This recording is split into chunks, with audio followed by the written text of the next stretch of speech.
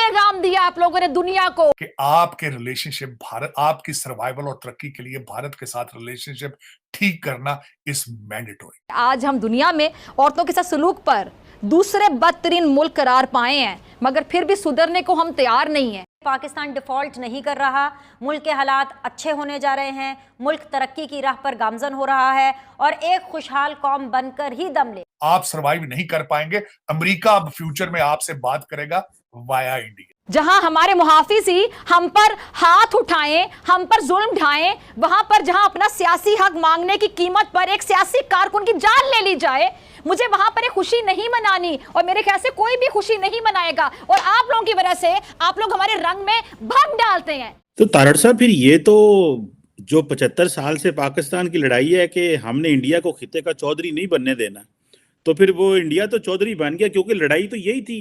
पाकिस्तान की एस्टैब्लिशमेंट तो ये कहती है कि इंडिया हमें बांग्लादेश, नेपाल, श्रीलंका, मालदीव, भूटान और अफगानिस्तान की तरह ट्रीट नहीं कर सकता। तो इट मींस के बाद तो फिर जो आप कह रहे हैं इसका मतलब है कि इंडिया को चौधरी माने। देखें, मैं उसके एक फंडामेंटल रीजन आज बताता हूं आपको कि आपकी गेम हारने की फंडामेंटल रीजन क्या है।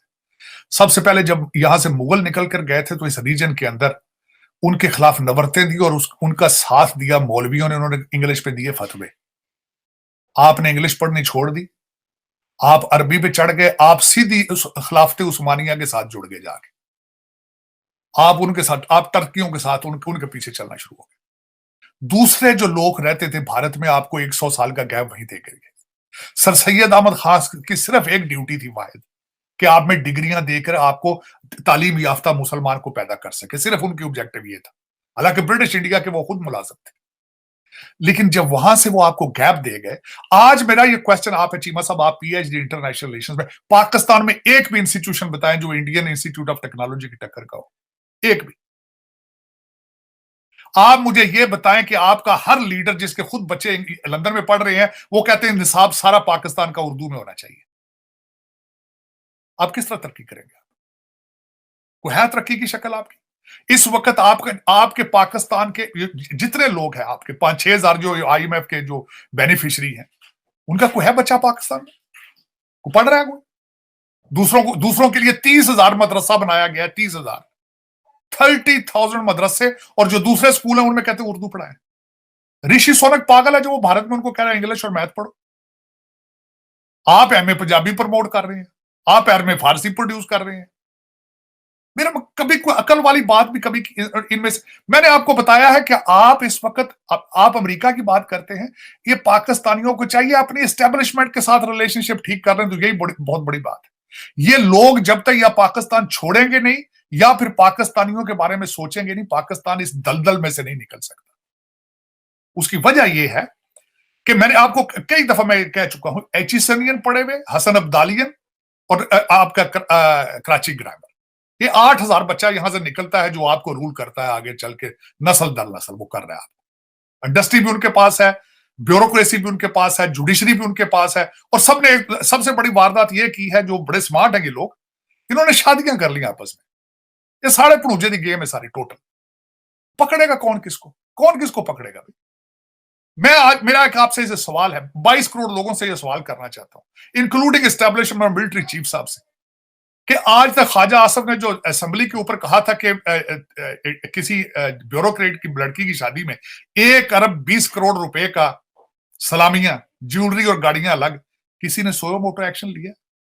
नैब ने उसको पकड़ा है, ख्वाजा आसफ साहब को बुलाया समन भेज के, क्या आके बताएं ये किस तरह हुआ है? को किया किसी ने? क्योंकि आप एज ए कंट्री आप बिल्कुल खत्म हो चुके हैं, default. You are as a society now you are collapsing, you are collapsing. आप इस वक्त, मेरा मकसद है कि आप खुदा के लिए भारत के साथ अपना मुकाबला करना छोड़ दें।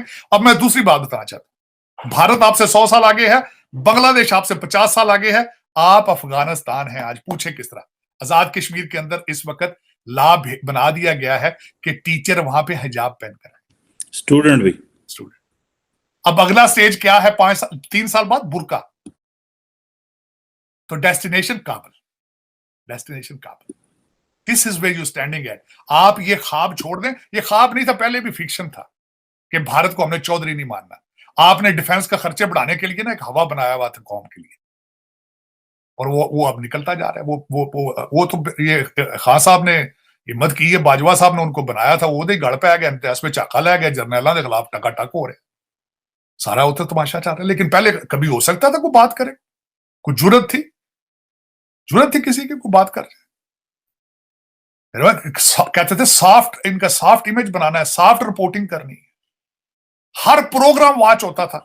मैंने प्रोग्राम साहब, मैंने एक दफा जिरगा पे प्रोग्राम किया, रोका गया प्रोग्राम को। कोशिश करें कि इसको डिजिटाइज करें पूरे पाकिस्तान को। मैं आपके एक दोस्त की बात आज बताना चाहता हूँ, उजैर साहब, जो यहाँ से पिछले दिनों भारत गए थे, वापस आके उन्होंने प्रोग्राम किया, मैंने उसका एक लफ्ज सुना है। उन्होंने कहा कि मैं ठेले वाले के पास खड़ा होकर जूस पीता था, उसका भी QR था, वो भी Visa card, Mastercard accept कर रहा था।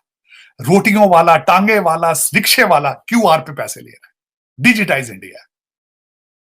आपके लौंडे लपाड़े सिर्फ और सिर्फ ट्विटर के ऊपर गंद कर रहे हैं, गंद, खवातीन के पीछे उनके ऊपर उनके बारे में गंदे अल्फाज इस्तेमाल कर रहे हैं, वो भी उर्दू के अंदर, क्योंकि आपके पास लीडरशिप, सिंसियर लीडरशिप ही कोई नहीं है। हमेशा जब कौमें ज़वाल में जाती हैं, सिंसियर लीडरशिप उनको निकाल के बाहर ले जाती है।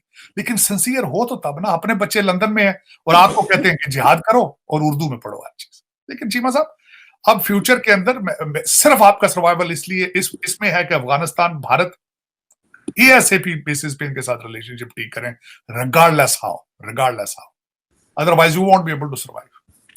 तार साहब, वो आपकी बात तो सही है, हम तो करना चाहते हैं, इंडिया जारी बात है वो समझता है पाकिस्तान जो है इस वक्त मुश्किल में फंस गया। लेकिन तारड़ साहब, नहीं चीमा साहब, उसमें नहीं, मैं ये समझता हूँ जो मेरी जो नाकस राय हो सकती है, डिप्लोमेसी में कभी भी दरवाजे खिड़कियां बंद नहीं होती, कभी नहीं बंद होती।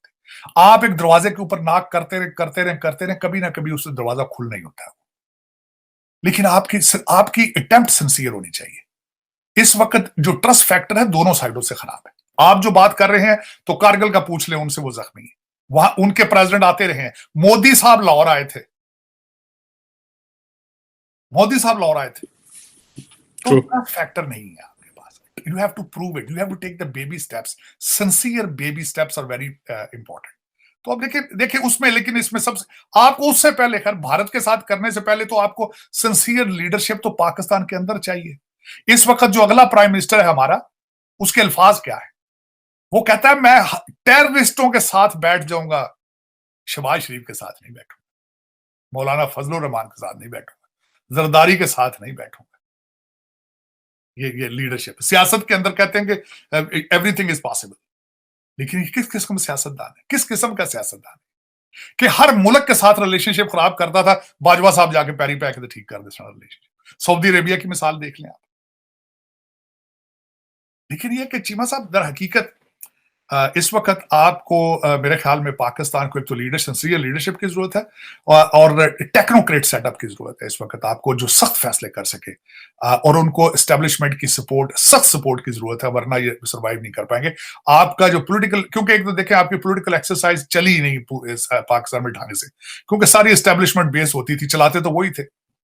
आज भी उन्होंने चलाना है, तो आपने इस मुश्किल से निकलना है, वरना और इसका हल मौजूद नहीं।